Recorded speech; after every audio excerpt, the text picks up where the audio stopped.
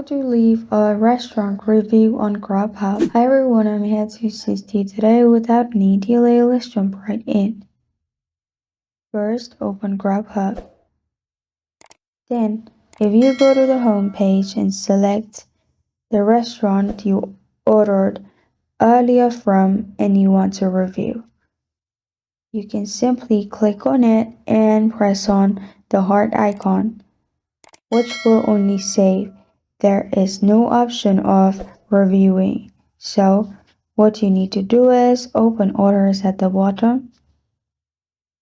Here, you'll find all your order history. After you open your order history, select the order you want to review.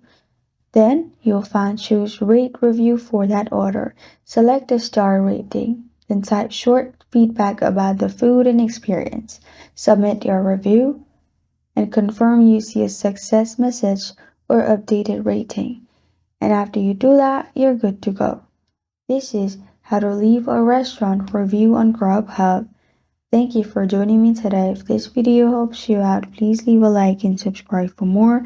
Got a question or want to suggest a topic? Comment below. Thank you for watching.